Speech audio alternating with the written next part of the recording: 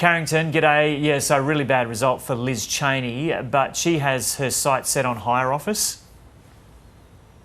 Yeah, that's right. I mean, this was a shockingly bad result for Liz Cheney. It was in line with some pretty dire polls, although actually it ended up being even worse than they were suggesting. She lost by more than 35% to the Trump-backed challenger to her in this Republican primary, Harriet Hageman.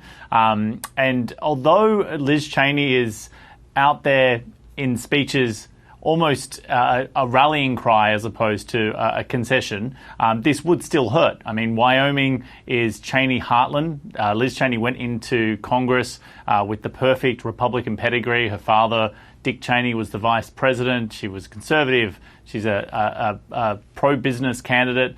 She's a hawk on foreign policy. She used to be one of the shining lights of the Republican Party, rose very quickly through the ranks to become the third highest Republican in the US Congress. But it all went wrong when she effectively picked a fight with Donald Trump. She was one of the few Republicans who's been happy to call him out repeatedly about his lies about the 2020 election, which he claims was stolen from him. And even more important than that has been her role as the vice chair of the House committee that has been investigating the riots at the US Capitol on January 6th, which she claims Donald Trump incited, and she says that he is the biggest risk to the democratic system here in the United States and to the Republic itself.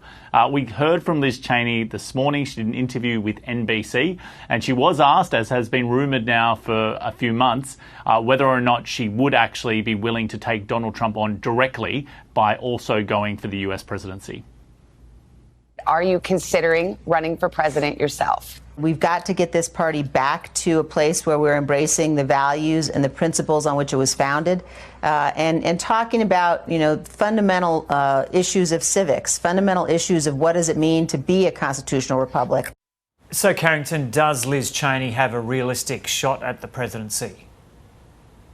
Well, I mean, given how poor her result was in the deeply red Republican Wyoming, it would suggest that she is not a particular fan favourite of the base Republicans. Donald Trump does seem to have a stranglehold over this party. She may choose to run, according to some analysts, to make a point and to really take the fight up to him directly during the Republican primary process, but she's very unlikely to actually nab that nomination. But then there is a different path for her.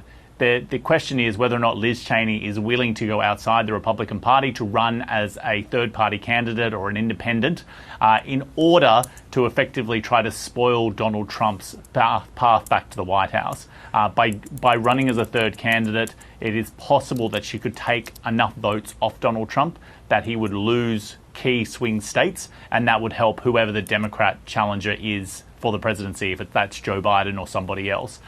This is being just speculated at this point, but given the statements that we've heard from Liz Cheney, she invoked the memory of Abe Lincoln and his defeats before he was actually able to take the presidency, would indicate that she does have higher ambitions and doesn't believe a loss in this primary means the end of her political career. And what does this mean about the ascendancy once again of Donald Trump in the run-up to the 24 election? It's very clear that Donald Trump has control of this party, has control of the Republican Party. In the early stages of this primary season, so this is choosing the candidates for the Republicans ahead of this year's midterm elections, he had some dicey results. Some of the candidates he was endorsing won, some of them lost.